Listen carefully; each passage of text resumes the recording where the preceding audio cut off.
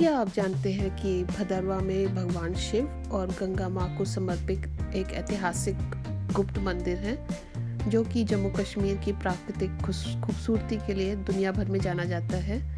धरती का स्वर्ग कहे जाने वाले इस प्रदेश में हर साल भारी संख्या में पर्यटक आते हैं। The Gupt Ganga temple stands to the east of Bhadarwa, located just 0.5 kilometers from the bank of Nehru River. It is dedicated to Lord Shiva, but is also known for its mention in Mahabharata. Here, a stone inside the temple has a clear footprint on it and is believed to be of Lord Bhima. Gupt Ganga क्षेत्रम, जहाँ पे भगवान शिव और माता गंगा को समर्पित ये मंदिर स्थापित है। इस क्षेत्र को मिनी कश्मीर भी कहते हैं, जो कि मशहूर डोडा जिले में भदरवा में है। गुप्त गंगा मंदिर प्रवाह क्षेत्र एक महत्वपूर्ण प्राचीन धार्मिक मंदिर है। The temple is made entirely of stones.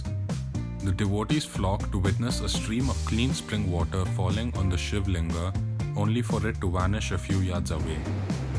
The same spring water re-emerges outside of the temple and it turns into a pond. इस प्रसिद्ध ऐतिहासिक तीर्थ स्थल में स्थित शिवलिंग और उसके ऊपर शुद्ध पानी की एक धारा हर समय गिरती रहती है और ये नज़ारा बहुत ही सुंदर लगता है। कहते हैं कि इस तालाब का पानी एकत्रित होकर अदृश्य हो जाता है और यहाँ पर जो भी श्रद्धालु आते हैं वो इस पवित्र पानी से स्नान करके। When the Pandavas had went into Agyatavas, they had stopped and taken shelter in Bhadrakashi.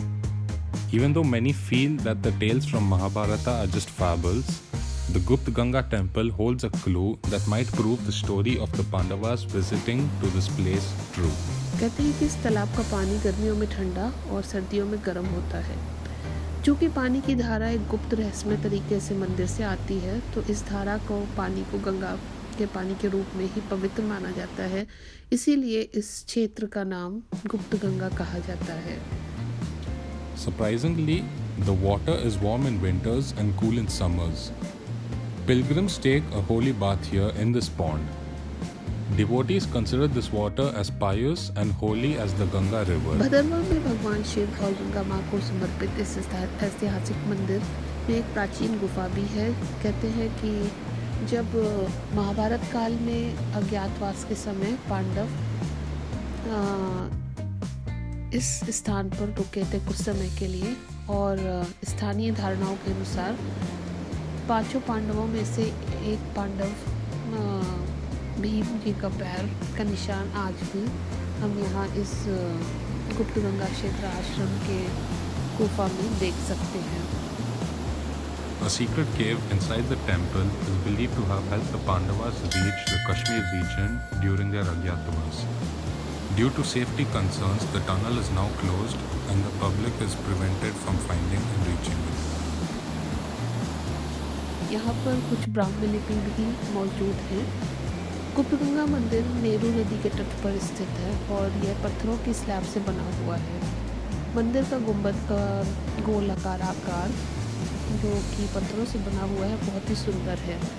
Bhaderwah आने के लिए सबसे अच्छा समय अक्टूबर से फरवरी का रहता है और इस समय मौसम यहाँ पे बहुत सुहाना होता है और तापमान भी अच्छा ही होता है। तो भदरवा जाने के लिए अगर आप विचार कर रहे हैं तो बाई रोड आप जम्मू से जा सकते हैं और ट्रेन से जाने के लिए निकटतम रेलवे स्टेशन उधमपुर है और ये स्थान सभी मेन शहरों से जुड़ा हुआ है। तो अगर आप इस क्षेत्र का प्लान कर रहे हैं तो कमेंट में ज़रूर लिखिएगा और हमें बताइएगा। ये स्थान में नागों की भूमि भी कहते हैं इसको और श्री मचेल माता यात्रा और कैलाश कुंड यात्रा भी इसी से शुरू होती है। By road, Jammu is connected to Bhadarwa by all-weather road with several sharp inclines and hairpin bends. The road can be divided into 4 paths: Jammu, Udhampur, Patot, Puldora, and then Bhadarwa. Regular and deluxe buses operated by J&K, SRTC and private tour agencies go from Jammu and Udhampur. to Bhadarwah. It almost takes 7 hours to reach via road. Share taxis, Tata Sumo services are also available. There are several tourist places on the route like Patni Top, Batot, etc. By train, Jammu is connected with almost all major cities in India.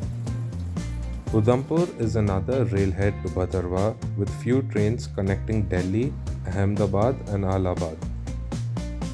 By air, Jammu is the nearest airport of Bhadarwah.